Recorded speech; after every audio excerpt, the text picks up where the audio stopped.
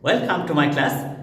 I am Abdul Salam, assistant teacher, Rajshahi Collegiate School, Rajshahi, Bangladesh. My dear viewers, তোমাদের মধ্যে অনেকেই request করেছো যে ট্যাগ কোশ্চেনের উত্তর কিভাবে করতে হয় সেটা আপনি শেখানা, কারণ আপনি ট্যাগ কোশ্চেনের কথা বলেছেন, কিন্তু ট্যাগ কোশ্চেন থাকবে পরীক্ষায়, কিন্তু ট্যাগ কোশ্চেনটা আমরা কিভাবে উত্তর করতে পারি এইটা আলোচনা করতে বলেছো।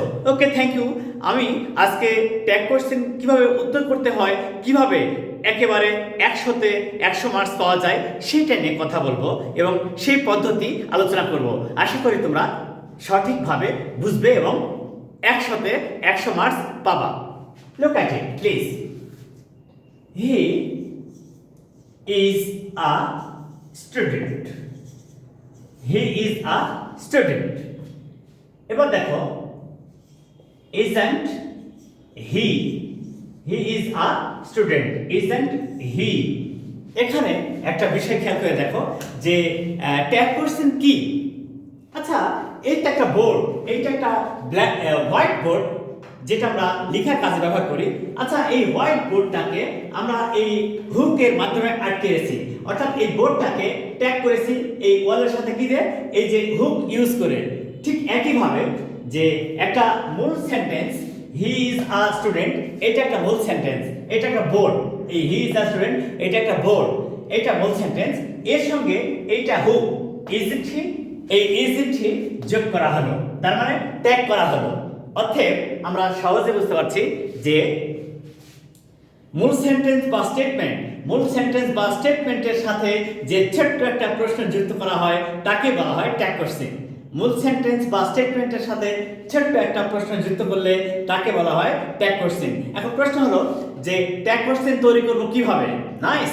তাহলে এই মূল সেন্টেন্সের যে সাবজেক্ট থাকবে, এই মূল সেন্টেন্সে যে সাবজেক্ট থাকবে, ট্যাগ কোশ্চেনে তার সাবজেক্ট আকারে বসবে। মূল সেন্টেন্সে বি ভার্ব বা অক্সিলারি ভার্ব থাকলে ট্যাগ কোশ্চেনে তার ভার্ব আকারে বসবে। মূল সেন্টেন্স অ্যাফারমেটিভ হলে ট্যাগ কোশ্চেন হবে নেগেটিভ, আর মূল সেন্টেন্স নেগেটিভ হলে ট্যাগ কোশ্চেন হবে অ্যাফারমেটিভ। এরপরটা দেখো তো, she could not solve her problems. Could she?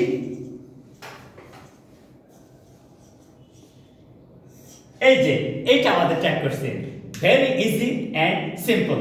তাহলে মূল সেন্টেন্সের সাবজেক্ট শি, এটা ট্যাগ কোশ্চেনে সাবজেক্ট হয়ে গেল শি। মূল সেন্টেন্সে মডেল অক্সিলারি থাকলো, তাহলে ট্যাগ কোশ্চেনে তার ভার্ব হয়ে গেল। মূল সেন্টেন্স নেগেটিভ, ট্যাগ কোশ্চেন হলো অ্যাফারমেটিভ। তাহলে আমরা চমৎকারভাবে এটা বুঝতে পারছি যে ট্যাগ কোশ্চেন হচ্ছে সেই কোশ্চেন যা স্টেটমেন্ট বা অ্যাসার্টিভ সেন্টেন্স বা যে কোনো স্টেটমেন্টের সাথে যুক্ত হয়ে বসে। তাহলে আমরা কি শিখলাম? মূল সেন্টেন্স বা স্টেটমেন্টের সাথে যে ছোট্ট একটা প্রশ্ন যুক্ত করা হয় তাকে বলা হয় tag question.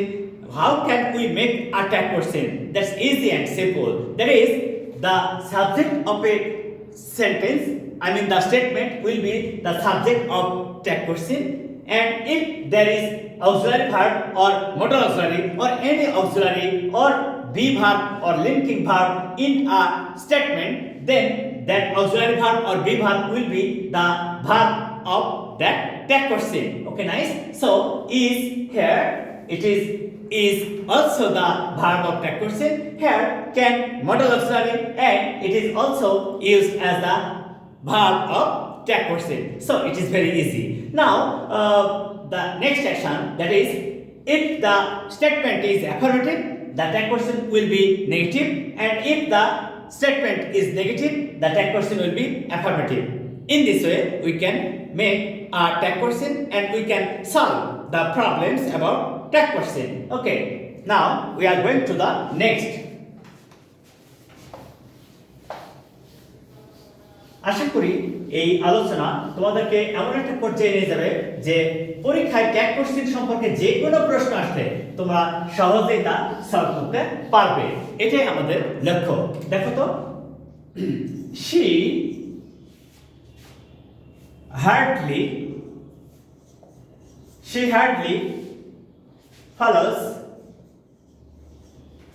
hardly follows the wrong path.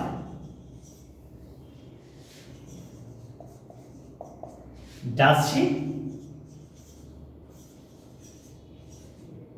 এবার দেখো তো আমরা এখানে একটা মজার বিষয় শিখবো, সেটা কি দেখো যে মূল সেন্টেন্সে যদি নেগেটিভ আইডিয়া সূচক অ্যাডভার্ব থাকে তাহলে কিন্তু ট্যাগ কোশ্চেন নেগেটিভ হবে না। সেই নেগেটিভ সূচক অ্যাডভার্বসগুলো কি কি বা আইডিয়াসগুলো কি কি সেটা আমরা এখন দেখাবো। যেমন দেখো এগুলি নেগেটিভ অর্থ দেয় কি, hardly, scarcely, hardly, scarcely, rare, seldom, few, little। এই আইডিয়াসগুলো অলওয়েজ নেগেটিভ আইডিয়া দেয়। তাহলে কি, hardly, scarcely, rare, seldom, few, little, all of them will always give you the negative idea. So the tag question will be affirmative because it is hardly। তাহলে hardly অর্থাৎ হয় না বললেই চলে, ঘটে না বললেই চলে। এর সাথে আরো ব্যবহার করা যায়, যেমন দেখো নেভার। আর যে কোনো নেগেটিভ যেমন নট, এইরকম যে কোনো নেগেটিভ যদি মূল সেন্টেন্সে থাকে তাহলে ট্যাগ কোশ্চেন হবে অ্যাফার্মেটিভ এইটা।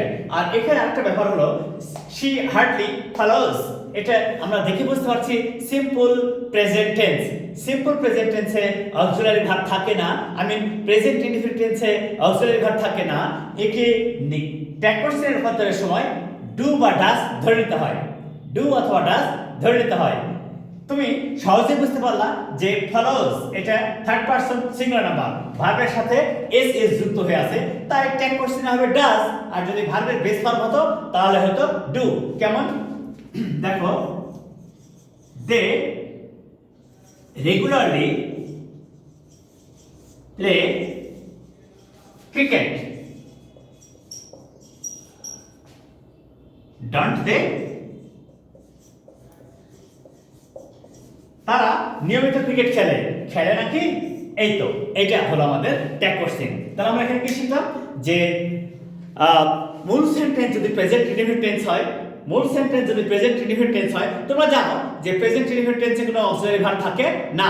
সেক্ষেত্রে দুইটা কাজ হয়, যদি subject third person singular number present tense হয় তাহলে ভার্বের সাথে এস এস যুক্ত হয়, আর ভার্বের সাথে এস এস যুক্ত যদি স্টেটমেন্টে থাকে তাহলে ট্যাগ কোশ্চেনে হবে ডাজ, নেগেটিভ হয়ে গেল affirmative. In the same way, when the subject will be plural and it will be the simple present, and I mean the present indefinite tense, subject plural, so the verb will take the base form. The verb will take the base form. Then you have to use do as the verb in a tag question. As it is affirmative, so the tag question will be negative. Easy and simple. তাহলে কি শিখলাম আমরা?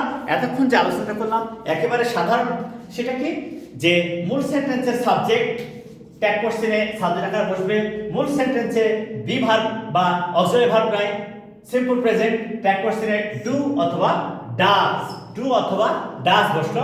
Affirmative ছিল হলো এইটা affirmative ছিল হয়ে গেল নেগেটিভ, আর এইটা নেগেটিভ ছিল হয়ে গেল অ্যাফার্মেটিভ। আশা করি এখানে আর তোমাদের কোনো সমস্যা নেই। আমরা চমৎকারভাবে প্রত্যেকটা বিষয় সলভ করব এবং তোমাদেরকে হেল্প করব কিভাবে সহজে এই ট্যাগ কোশ্চেনে full marks, I mean 100% marks পাওয়া যায় অত্যন্ত সহজে। শুধু একটু কেয়ারফুল হলেই সবকিছু নিজের নিয়ন্ত্রণে রাখা সম্ভব। দেখো, হি drew a nice picture of his father. He drew a nice picture of his father. Very interesting. Drew, that is simple past. মজার ব্যাপার হলো যে সাবজেক্টের পরে ভার্বের base form or present form it is simple present, আর সাবজেক্টের পরে ভার্বের past form that simple past. আর সিম্পল পাস্ট টেন্সে অক্সিলারি ভার্ব থাকে না, তাহলে ট্যাগ কোশ্চেনে হবে ডিড। যেমন দেখো ডিড, আর এটা অ্যাফার্মেটিভ অর্থ হয়ে গেল negative, didn't, didn't he, didn't he. চমৎকার। ডিডন্ট হি, একেবারে সহজে আমরা করতে পারবো। তাহলে এটা অ্যাফার্মেটিভ ছিল, হয়ে গেল নেগেটিভ। আর এই যেটা সিম্পল পাস্ট টেন্স, তাই ডিড ব্যবহার করলাম। একই সাবজেক্ট, মূল সেন্টেন্সের সাবজেক্ট এবং ট্যাগ কোশ্চেনের সাবজেক্ট একই হলো। এখন এই যে ট্যাগ কোশ্চেনের সবসময় শর্ট ফর্ম ব্যবহার করতে হয়। শর্ট ফর্মগুলো কিভাবে হয় সেটা আমরা এখন একটু দেখব। যেমন দেখো তো, এখানে আমরা কিছু শর্ট ফর্মের উদাহরণ দিব, যে লং ফর্ম থেকে কিভাবে আমরা শর্ট ফর্ম এ নিয়ে আসতে পারবো সেটা নিয়ে এখন কাজ করব। কিভাবে সেটা নিয়ে কাজ করছি। এবার দেখো তো তুমি, যে long form, short form, long form, short form. যেমন দেখো, am not, aren't, ain't, is not, isn't, are not, aren't,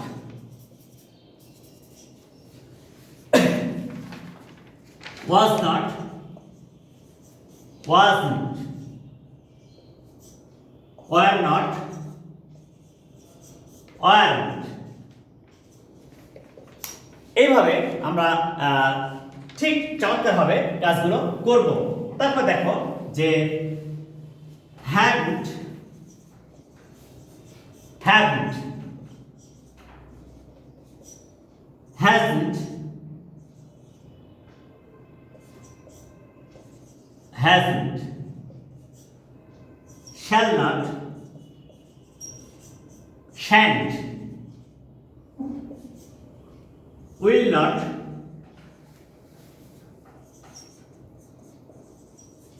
won't। এইভাবে আমরা যখনই দেখব যে অক্সিলারি ভার্বগুলো আছে, সঙ্গে সঙ্গে আমরা এইভাবে শর্ট ফর্ম ব্যবহার করব, কারণ আমাদের ট্যাগ কোশ্চেনে সবসময় শর্ট ফর্ম ব্যবহার করতে হয়। এইভাবে দেখো, can not, can't, could not, couldn't, would not, wouldn't, have not, hadn't. এইভাবে আমরা এই শর্ট লং ফর্মকে শর্ট ফর্মে চেঞ্জ করব, করে আমরা ট্যাগ কোশ্চেনে ব্যবহার করব। আশা করি তোমাদের এখানে আর কোনো সমস্যা থাকবে না। এরপরে কি করা যায়, পরবর্তী আলোচনা আমরা অগ্রসর হচ্ছি। আশা করি তোমরা প্রত্যেকটা বিষয় অত্যন্ত চমৎকারভাবে, চমৎকার পদ্ধতিতে শিখবে। আর তোমরা জানো যে আমাদের ইংরেজি শেখার পদ্ধতি প্রথম যে ক্যারেক্টারিস্টিক্স সেটা কি, সহজে ইংরেজি শেখা এবং শুধু ইংরেজি শিখলে হবে না, বাস্তবে প্রয়োগ করাটা অত্যন্ত ইম্পর্টেন্ট। তুমি অনেক কিছু শিখেছো, পরীক্ষায় ভালো আনসার করতে পারছো না, কারেক্ট লিখতে পারছো না, so that is useless also. You have to learn nicely and you have to implement in the exam properly to get 100% marks, to do it nicely. Okay, look at it please. I shall follow the rules of tag question.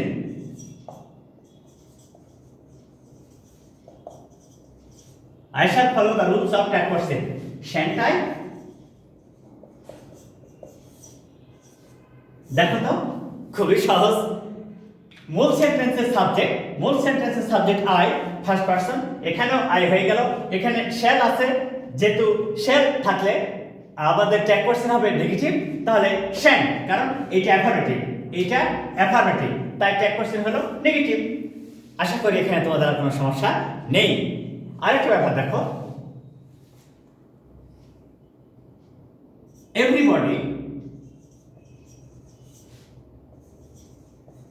everybody respects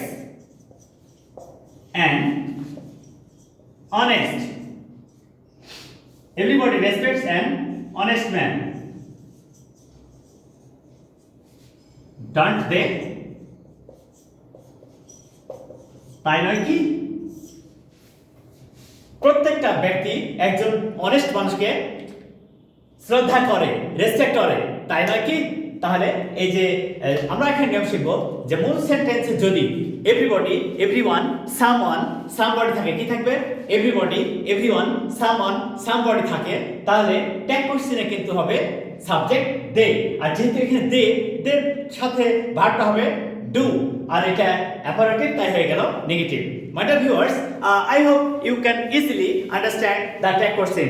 I have discussed the points of primary rules of tag questions for the next time. I mean, এরপরে আমরা যখন আবার পরবর্তী video তৈরি করব এই tag কোশ্চেনের উপরে, তখন বিস্তারিত আলোচনা থাকবে। আজকে আমরা ট্যাগ কোশ্চেনের গুরুত্বপূর্ণ এবং প্রাথমিক বিষয় নিয়ে আলোচনা করলাম। এর পরের ক্লাসে আরো অনেক গুরুত্বপূর্ণ বিষয় নিয়ে আলোচনা করব। আশা করি তোমরা আমাদের সঙ্গে থাকবে। আমি বারবার বলছি, I am trying to help you to learn English easily. Please subscribe my channel, share it to your friends and like it. Assalamu alaikum.